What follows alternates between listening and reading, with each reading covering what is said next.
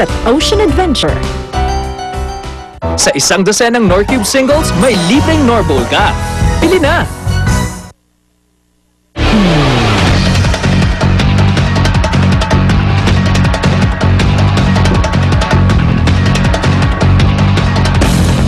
Libo-libo empleyado ng mga korte sa Metro Manila nagtigil trabaho bilang pagpapakita ng suporta kay Chief Justice Renato Corona. Ang ibang kawani nagmarcha papuntang Korte Suprema para makinig ng talumpati ng punong maestrado sa gitna ng kinakarap niyang impeachment case. At kaunay po niya, makausap natin live sa studio Supreme Court spokesman Atty. Midas Marquez. Atty. Marquez, good morning po. Ay, magandang umaga, Igan. Magandang umaga sa ating mga nakikinig at nanonood. May pinapakita yung palasyo na parang marching order daw, kaugnay ng court holiday kahapon. Iniutos ba to ninyo mismo, Atty.? Well, mariin ko nang itinanggihan. Oo nga. Una pa man ay sinabi na natin na hindi po tayo nag-uutos bilang court administrator na mag-declare sila ng court holiday, no? Pero inaninyahan po natin silang lahat, mga huwes natin, mga kawani ng hudikatura, upang makinig sa sasabihin sa talumpati ng ating punong maestrado. At mukhang naging maanghang ang mga binitawang pananalita po kami ni Chief Justice Corona. So, malabo siya magbitiw sa pwesto o mag-leave kagaya ho ng mungkahin ni Secretary Lacerda. Well, narinig na rin po natin ang ating punong maestrado, no? Sinabi niyang hindi siya magbibitiw. Opo. At haharapin niya ng buong talino at lakas ang mga walang basihang paratang sa kanya, no? Sa Senado. Naapektuhan ho ba yung trabaho ng Supreme Court, Atty.? Kahapon lang, no? Dahil siyempre ay dumulog lahat ng mga kawani, no, ng ating Korte Suprema doon sa ating quadrangle upang pakinggan ang saloobin ng ating punong maestrado, no? Pero pagkatapos po nun ay balik trabaho naman po ang ating mga kawani. May mga susunod bang mga ganitong uri ng pagpapakita ng suporta kay Chief Justice Corona?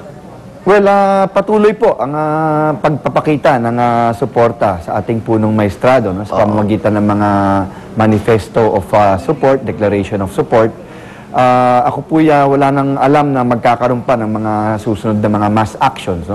Maliban siguro sa pagsusuot ng mga itim o pulang mga t-shirts at karamitan, ano? Okay. Narinig na po natin siya. Ang sinabi naman po niya ay haharap siya sa Senado. So siguro ang susunod na kanyang paglalabas ng saloobin ay sa Senado na.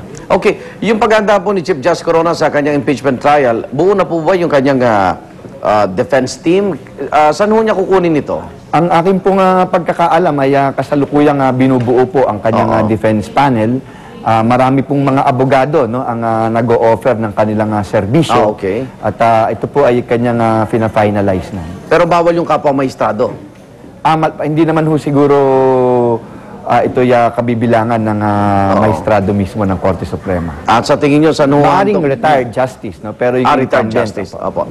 Sabi nyo may krisis konstitusyonal, pero pinabulaan na ito ng palasyo.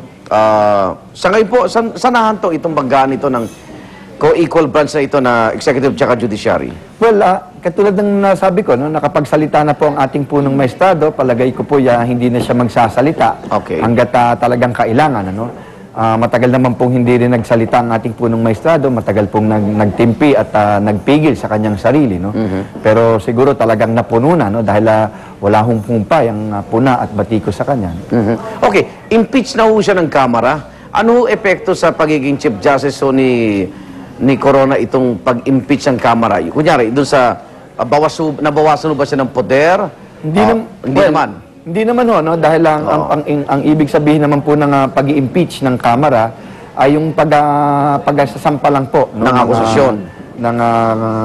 Ng complaint, ng impeachment complaint sa kanya sa Senado, no? Siya naman po ay hindi pa napapatunayang nagkasala talaga, no? At ito nga po ang kanyang haharapin sa Senado. Pero inasahan niyo na ho ito, Atty. Marquez, na handong sa impeachment? Well, narinig po natin yan nung weekend lang, ano? At nakita rin naman po natin kung ganong kabilis, no, ang mga pangyayari, no? Siguro kayo na po ang maghatol, ano, kung talagang minadali o hindi minadali ang pagsampa ng kaso. Okay. Atty. siguro mensahe na lang po doon sa mga may kaso sa korte na naapektuhan kahapon ng court holiday kasi nag-aabang din ng katarungan yung mga yon. So, paano ito papaliwanag ng ating Korte Suprema? Well, ako po bilang court administrator ay nagpapaumanhin doon sa may mga hearing na cancel kahapon. Sana po maintindihan nating lahat na ang ating pong mga huwes at mga kawani ng hudikatura ay nais lang pong marinig ang saloobin at magpakita ng suporta sa ating punong mahistrado. Okay, maraming salamat po at good morning. Magandang umaga po at maraming salamat din po. Supreme Court Spokesman Atty. Maidas Marquez. Sa unang hirit, serbisyong totoo ang naglalang hirit. Ang saya-saya